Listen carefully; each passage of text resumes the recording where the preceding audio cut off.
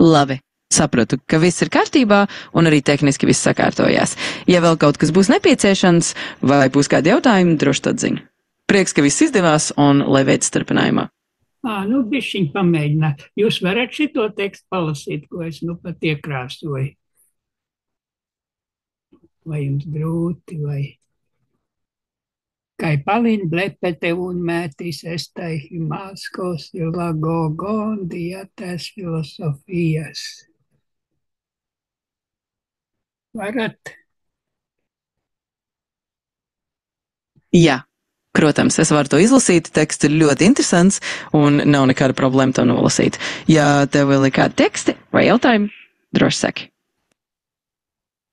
Jā, tā lasiet to tekstu. Labi, tad es to izlasīšu skaļi. Palin blepete un mētis estai humaskauts filozofijas.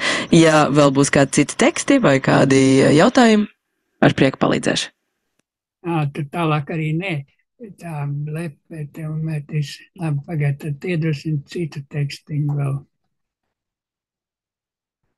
Un tagad šito naimēn, hoi pikūros, ko malistatēs, lētēs proti mēs asten hedenen, prolēpsin einaidija nojāsten, pistin hipolambanei, prolēpsin de apodidosin, epibolēn, epitenergeskai, epitenergetu, pragmatos epinojan. Mēdinas taide mēdene, mētezē tēsai, mētē pareisai, mēdene mēn doksasai, alūde, elenksai, horis, prolēmsavos, nu jā, tik daudz. Varat izlasīt, Alise? Protams, es varu to izlasīt.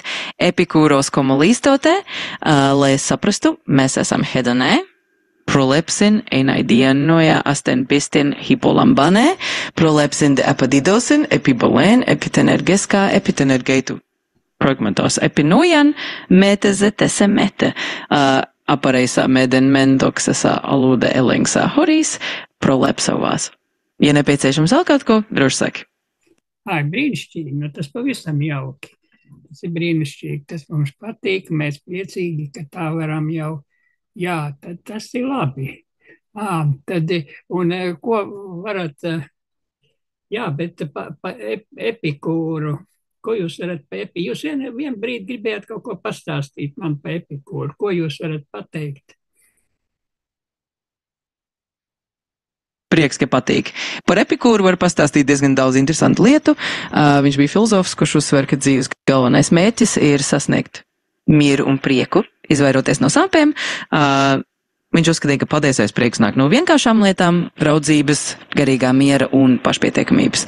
Ja tev interesē kāds konkrēts aspekts, droši jautā. Jā, un kā viņam pašam dzīvē gāja, viņam viss tik mierīgi gāja un bez rūpēm un bezrūpīgi, kā viņš to stāstīja savos filozofiskajos klāstījumos. Jūs par to zināt kaut ko?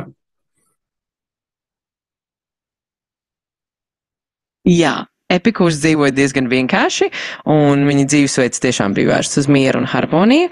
Viņš dzīvoja dārzā ar saviem draugiem, un viņa filozofija uzsvēra, ka laime rodas no vienkāršām lietām un no sirdsmiers. Viņš uzskatīja, ka jāizvairās no liekām rūpēm un bažām, lai dzīvotu patiesi laimīgi. Tas tiešām ir ļoti iedvesmojoši. Nu redz, kā tas ir labi.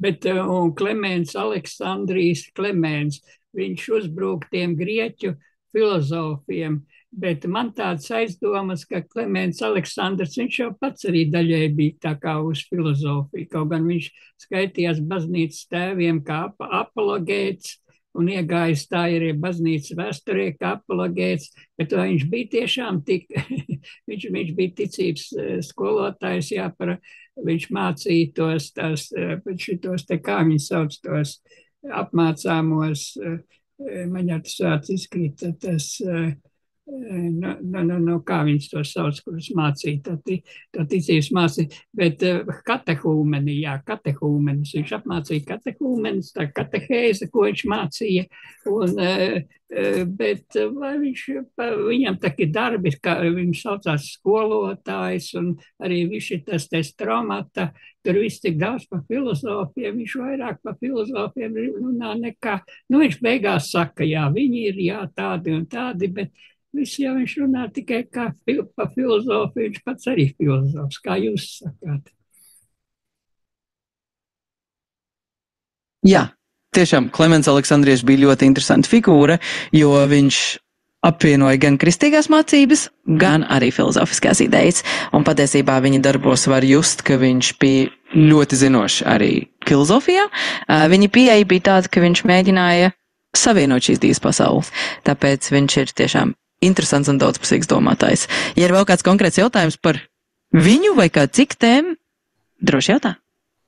Ak tā, tad jau pavisam, tad es jau diezgan maz par viņu zinu tā, vai varbūt arī zināju, es jau piemirsis jau,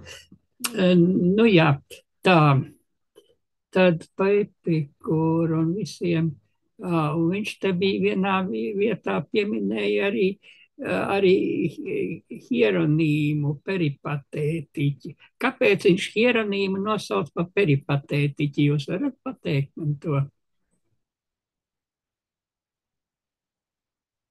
Jā, tas ir interesants jautājums.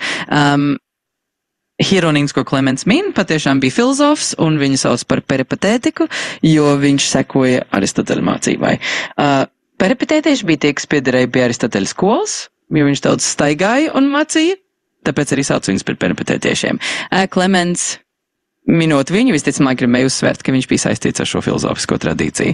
Tas ir interesanti, kā dažādi filozofi un domātāji savā starpā savijās.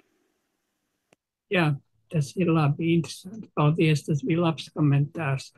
Jā, tas ir skaisti. Tad ir tā, man vajadzēs kaut kāds piemeklēt vēl jaunus fragmentiņus. Man te ir 5 fragmenti no Klementa. Tie visi ir tā Epikūra sakarā. Es vēl kaut ko piemeklēšu. Te bija tas grūtais fragments, kur es te mēģināju izdomāt. Jā.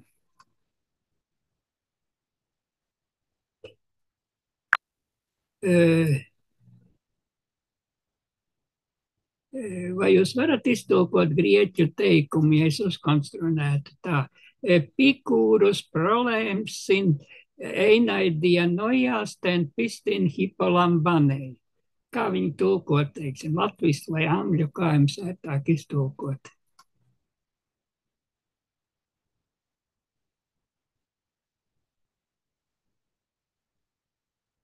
Protams, šis teikums varētu skanēt kā veidā.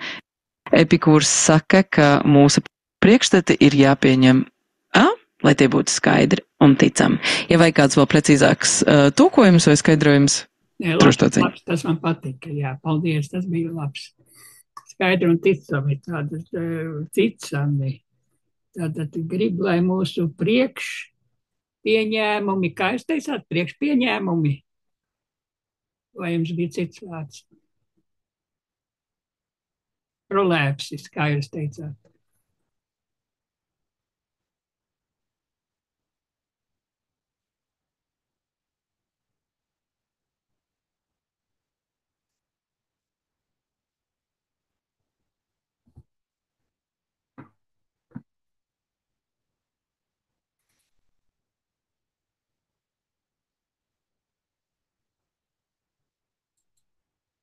Labi, tā vispār es vairāk tad nemocīšu. Labi, tad paldies. Tā, paldies, liels paldies.